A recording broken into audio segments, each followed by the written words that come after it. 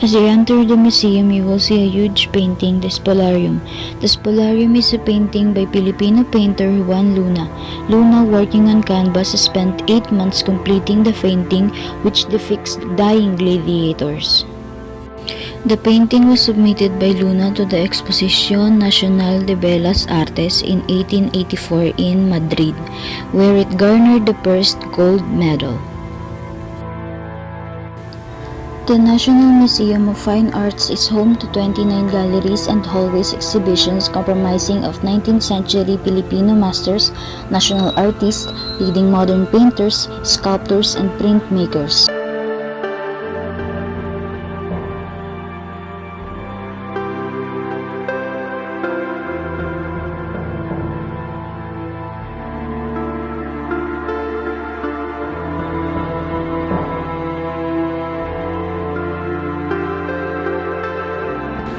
Also on view are art loans from other government institutions, organizations, and individuals.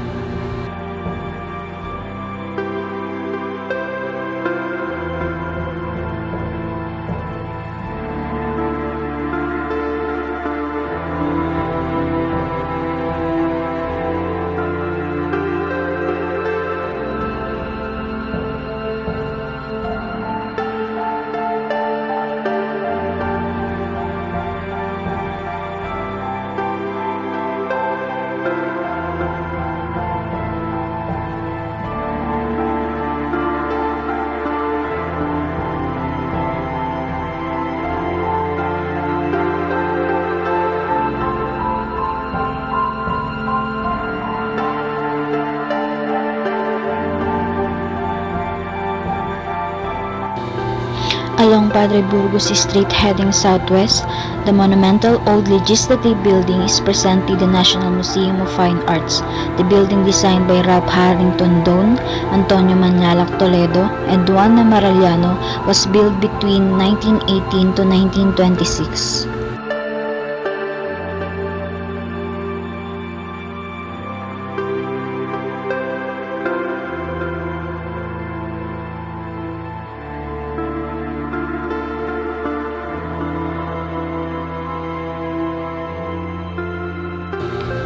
Doane, with assistance of Toledo, designed the building originally as the National Library. The building began its construction in 1918, was delayed for lack of funds, and was decided to become the Legislative Building.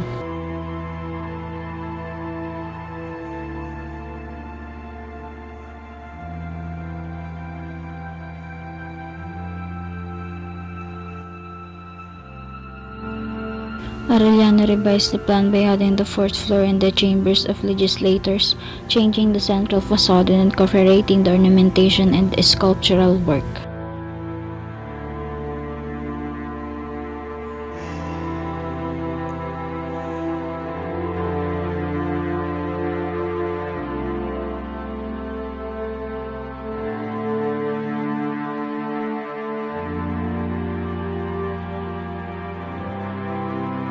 In February 1945, the Japanese forces used the building and its premises as their stronghold and modified it with their defensive installations.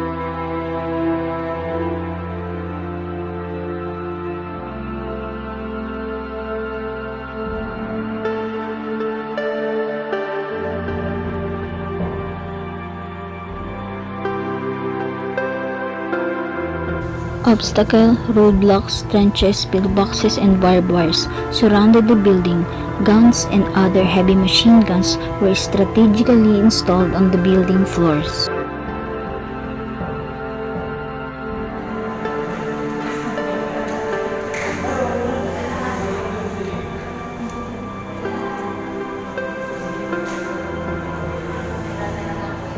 Anong ginagawa mo?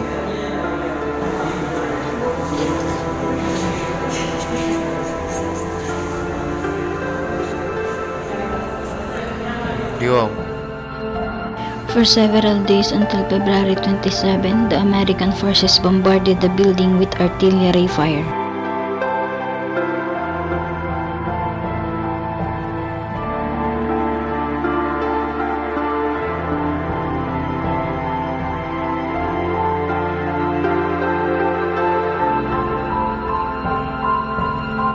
The building's north and south wings were heavily damaged.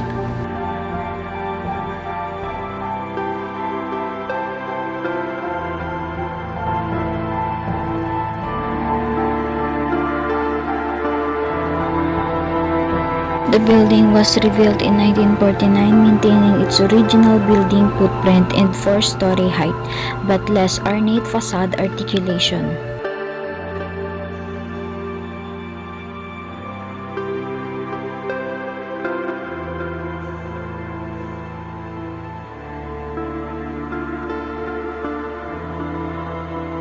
The four-story building has a rectangular plan and layout oriented with its line of symmetry in an east-west axis, longitude in a north-south axis, and its main entrance on the east and the west.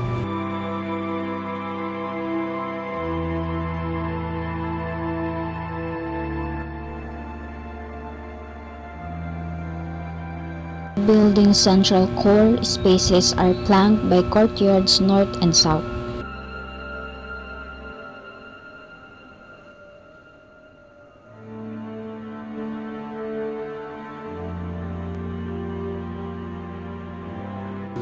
The associated rooms are organized around these courtyards with single-volume hallways east and west and double-volume hallways north and south.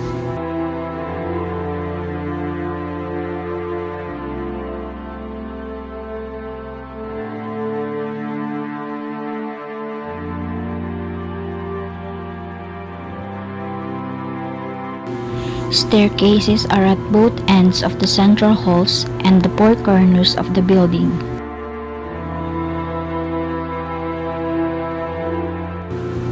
The column portico at the second floor signals the west entrance accessed through the flight of stairways and the carriageway ramp coming from the ground level along Padre Burgos Street. The west portico has four Corinthians columns rising the full height of the building. The facades are articulated with giant Corinthian columns and pilasters rising from the second floor level to the height of the two stories of the building, with the first story resembling the one-story high plinth where these columns and pilasters rest. Decorative entablatures lie above the columns and pilasters surrounding the entire wall. The projecting central bay features a group of four columns with corbelled balconies on the third level. The corner bays feature another group of four columns with similar Corinthian capitals.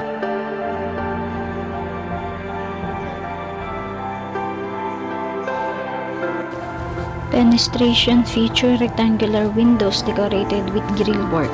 Both east and west facade are identical except for the west central bay with the column portico. Surmounting the central part of the building are identical east and west pediments with relief sculptures. The temple pediment with relief sculpture depicting Inang Bayan surrounded by Greek deities on its tympanum emphasizes grandeur and nationalism and ennobles the edifice.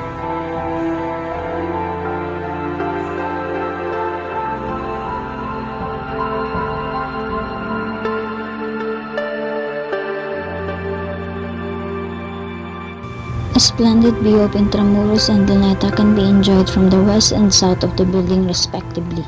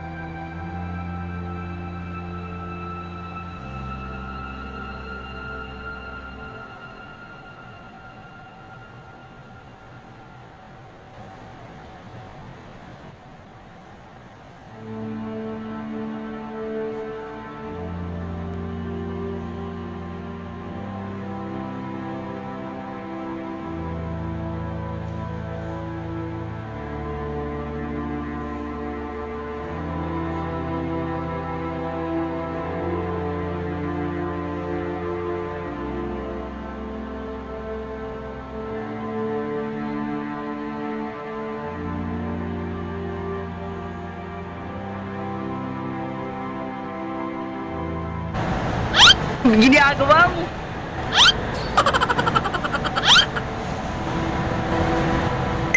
Kulit mo ah, nasaan ba yung tubo?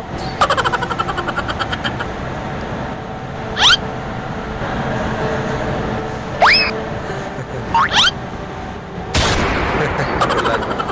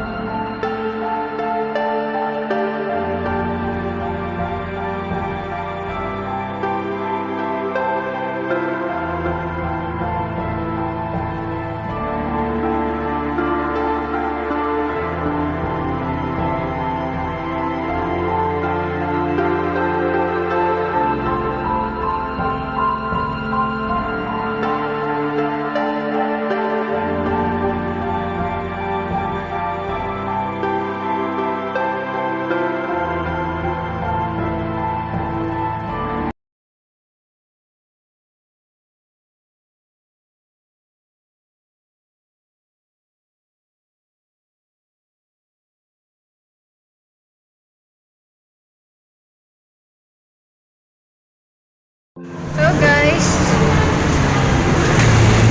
end na ng aming National Museum tour. Init oh. Kasi ang daming nakapila. Ang swerte namin kanina kasi pagpunta namin is walang katao-tao. Konti lang.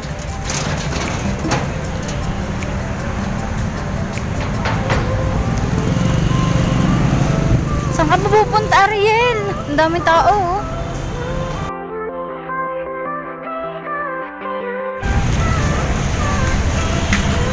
Ah. Init, wait lang. Mainit ba? Wala ah. Ang lamig-lamig eh, parang nasa Bagyo. Diba to? Init. National Museum of the Philippines.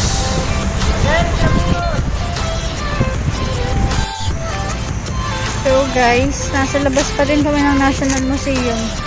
At si Ariel, oh, spotted nangunguha ng bunga ng katmon. Katmon tawag sa Bicol. Iwan ko lang kung ano sa Tagalog. Huy, Ariel, baka bawal yan! Yan. O, katmon guys. Gusto nyo? Tawag nito eh, ano, may paano to eh. May pa, ano ba yung pahula? Kimbol-kimbol sa idolo.